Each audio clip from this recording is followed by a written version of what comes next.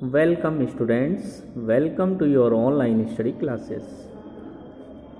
Students ये class है कक्षा 6 के लिए चैप्टर 9 के लिए। स्टूडेंट्स चैप्टर 8 हम पहले कंप्लीट कर चुके हैं, तो चैप्टर 9 की ओर बढ़ते हैं। चैप्टर 9 है आंकड़ों का प्रबंधन। इसमें हम टैली चिन्हों के बारे में समझेंगे और कुछ ग्राफ्स के बारे में भी समझेंगे। तो आइए धीरे धीरे आगे बढ़ते हैं। तो स्टूडेंट्स ये आपकी बुक की PDF फाइल है, आपके पास भी ऐसी ही बुक अवेलेबल है। तो इसमें हम प्रश्नावली 9.1 की ओर आते हैं।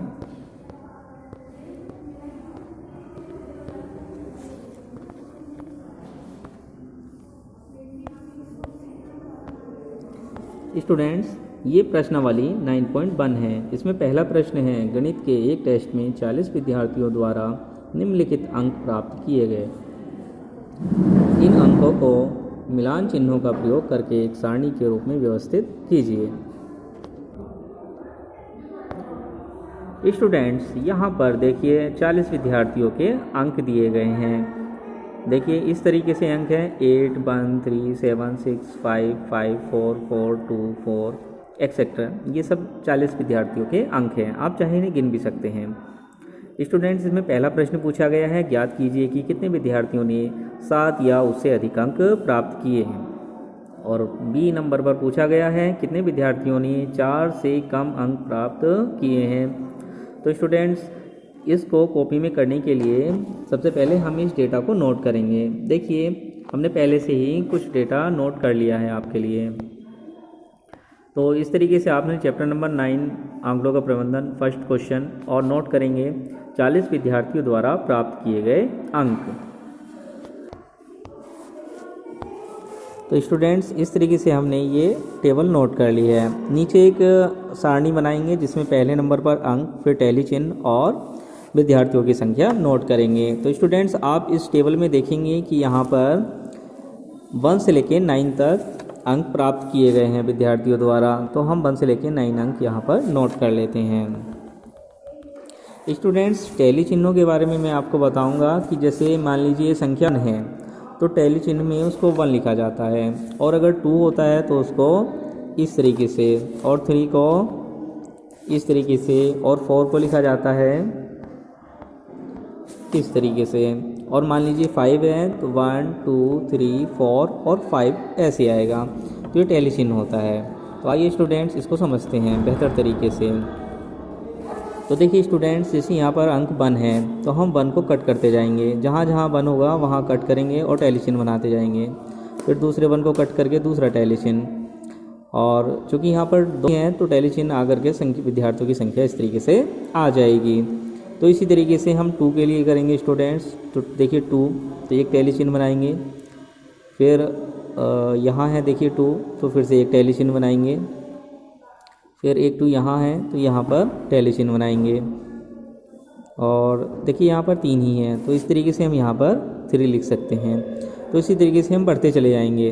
तो एक नंबर को कट करके एक टैली चिन्ह बनाते जाते हैं, और लास्ट में जितने भी टैली चिन्ह होते हैं उनको काउंट कर लेते हैं। तो आइए इसको लिख करके करते हैं, समझते हैं।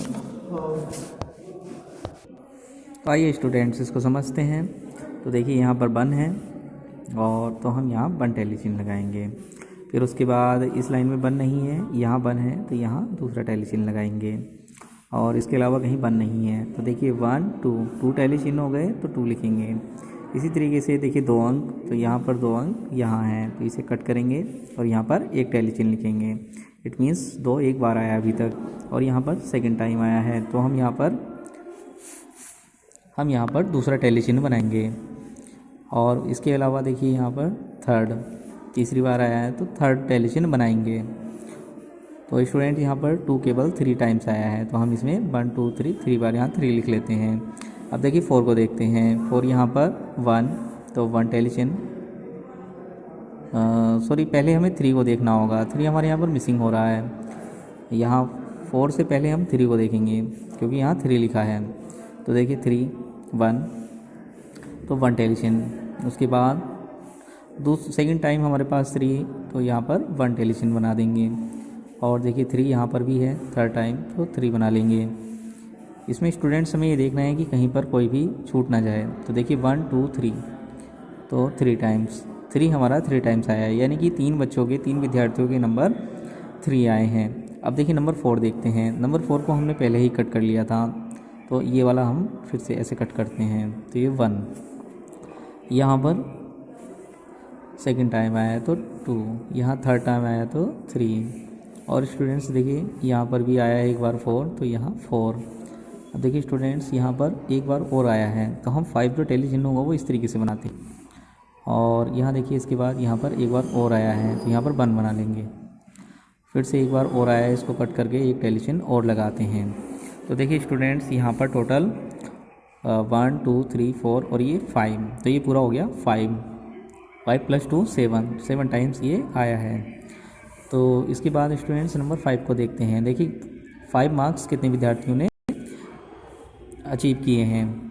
तो यहाँ फर्स्ट टाइम तो फर्स्ट टैली चिन्ह बना लेते हैं, सेकंड टाइम सेकंड टैली चिन्ह, और इसी तरीके से थर्ड टैली चिन्ह, फोर्थ टैली चिन्ह, 5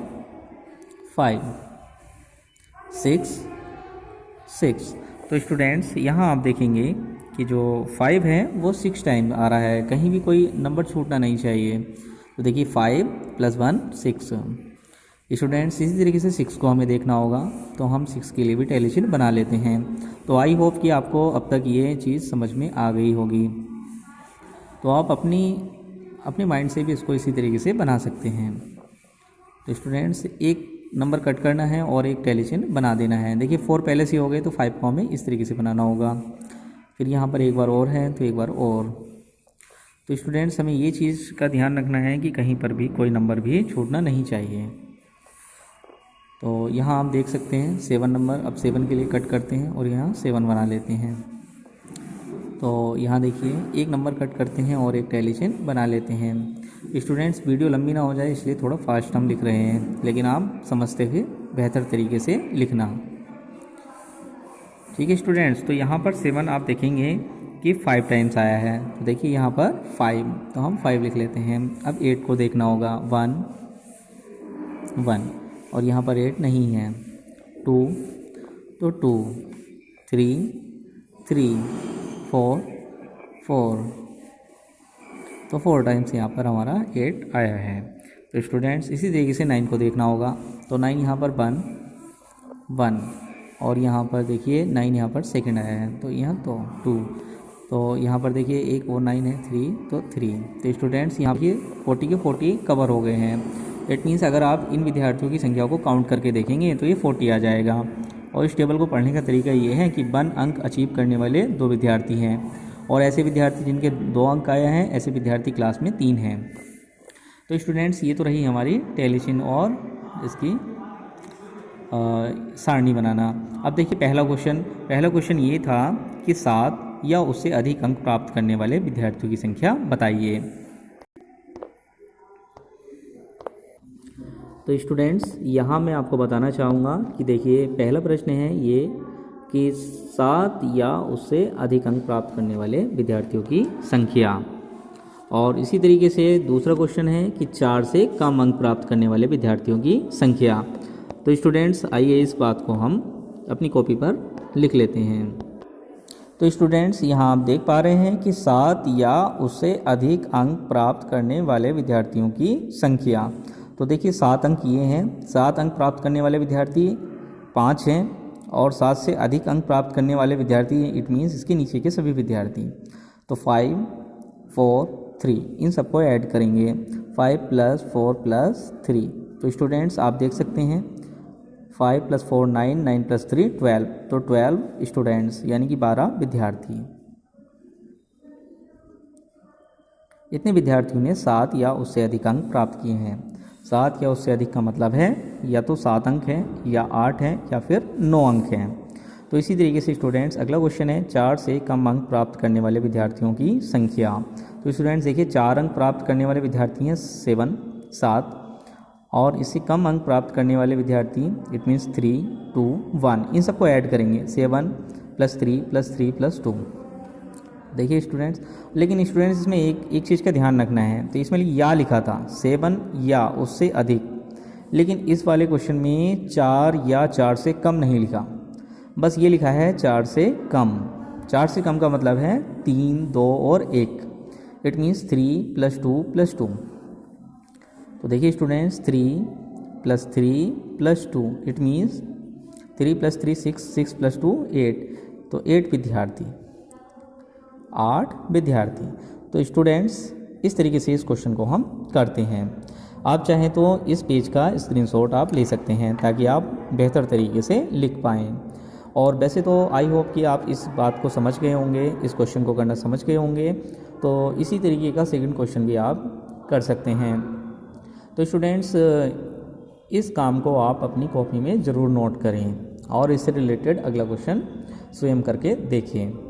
तो हम अगली वीडियो में नए टॉपिक के साथ मिलेंगे। तब तक के लिए जय हिंद, जय भारत।